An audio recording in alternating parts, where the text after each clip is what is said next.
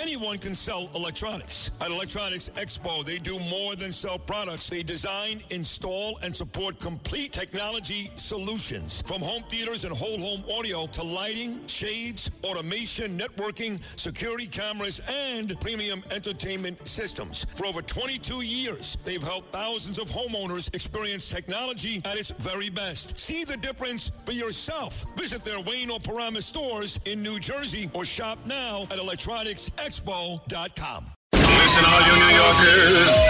Excuse me. Taxi. Okay, man, we're looking around. This is the 77 WABC minicast. There's this horrible story that you and I can relate to because I know what you do when you're faced with a vending machine that won't work. You ready? Ford, the motor company, billions and billions of dollars every year. Ford wrongly accused a worker of stealing parts, fenders, tires. No. They accused a union worker of stealing a $1.95 cookie and fired him. And then they begged him to return. Accusing a longtime employee of stealing a $1.95 cookie, they tried to hire him back. But Kurt Chrome, 2 Ks, Kurt Chrome, alliteration. He's 60 years old. He said the one thing standing in the way of his return, he hasn't returned yet. He's waiting for an apology. He spent 11 years repairing robots. What an insult to a skilled craftsman, an apprentice tradesman, that now his job is to repair robots and automated equipment at Ford's Kentucky truck plant in Louisville, near a Buc-ee's. He was fired after being accused of walking off with 2 Grandma's chocolate chip cookies without paying for them. I figured, well, it probably went through when he went his card, and his card said, no, it didn't work. It didn't say it was declined. It said it isn't working. And I might have went over to the other kiosk and paid.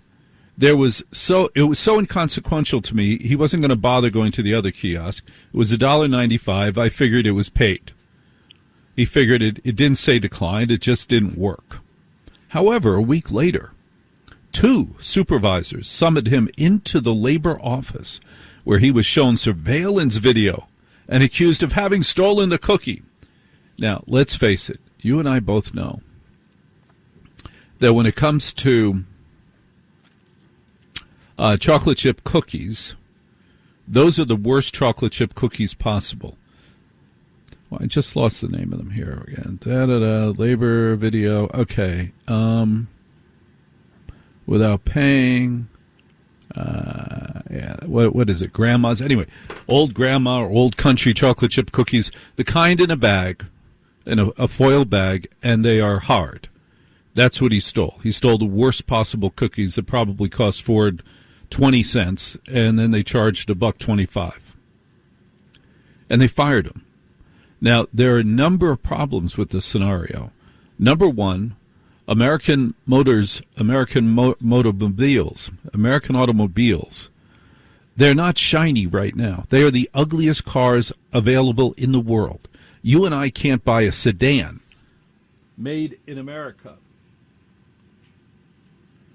We can't buy a sedan made in America, can we? Ford, they make Lincolns. You seen a car lately that looks like a Lincoln? No, it looks like the rest of them, an SUV, a minivan, and then it has a name tag on the back, a badge that says Lincoln. It's the only way we know it's a Lincoln, and they stopped making Lincoln Continentals because they'd have to make a different body type. Can't have that. This is Ford. Billions and billions of dollars.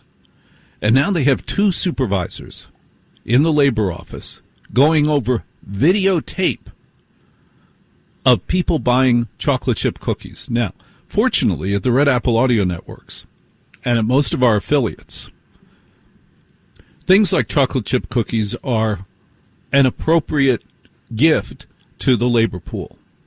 In most radio stations I can think of, although I can think of one company where they're too cheap to do that, but at Odyssey and Red Apple, all of those snacks like that are free. At Bloomberg, all of the snacks there are free. That's the right answer. And at Spotify, which I still don't think makes money yet, Not only do they give away snacks for free, they have hot and crusty meals 24 hours a day. Hot and crusty meals 24 hours a day. But in my opinion, Spotify really shouldn't be offering that until they make money. But that's none of my business. This guy, working at Ford for 11 years, at the ultimate insult of repairing robots, putting his colleagues out of work. He has to repair robots to put his colleagues out of work. He goes in, he tries to buy it. He tries to buy it again. He tried it 2 times. Both times the card said doesn't work. It did not say declined. He had the money. The machine wasn't working. They fired him for $1.25. There were no other grievances. He didn't have a history of insulting the robots. He didn't have a history of being mean to the robots. They fired this guy.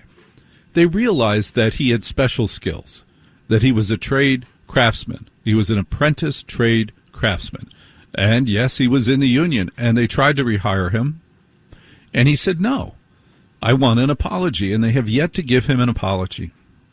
This entire story reeks of arrogance, reeks of big corporate arrogance, doesn't it? How do you feel about this? 800-848-9222. I want to hear about unjust practices where you have worked. You got fired. Crazy rules, insane rules that you have to put up with. And if they would just get rid of the day people rules, you and I would do fine.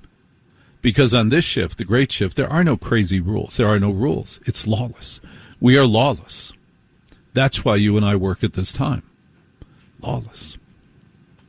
But the day people are always coming up with extra rules. Here's this poor guy, 11 years at the Ford plant, as if that isn't enough.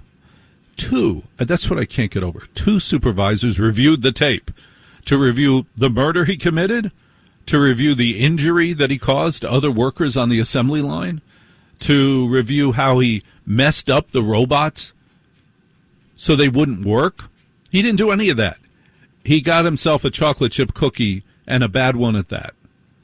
Hard, tough, probably was forced to buy coffee or milk in order to eat the damn thing, in one of those nasty foil wrappers with a cheesy logo from the 70s. There was nothing good about this story. It wasted 2 executives' times to sit down with him, to go over the video over and over, and then to fire him. 2 executives wasted their time doing this, not to mention wasting his skills, his remarkable skills. This is clearly a good guy. Up against stupid day people rules. Up against people who have never seen what it's like to work all night, to work on an assembly line. I bet those 2 supervisors never worked an assembly line, never tried to repair a robot, never had to repair a robot. Nothing good about this story. How dare they? But then you start to think about dumb rules that you have put up with.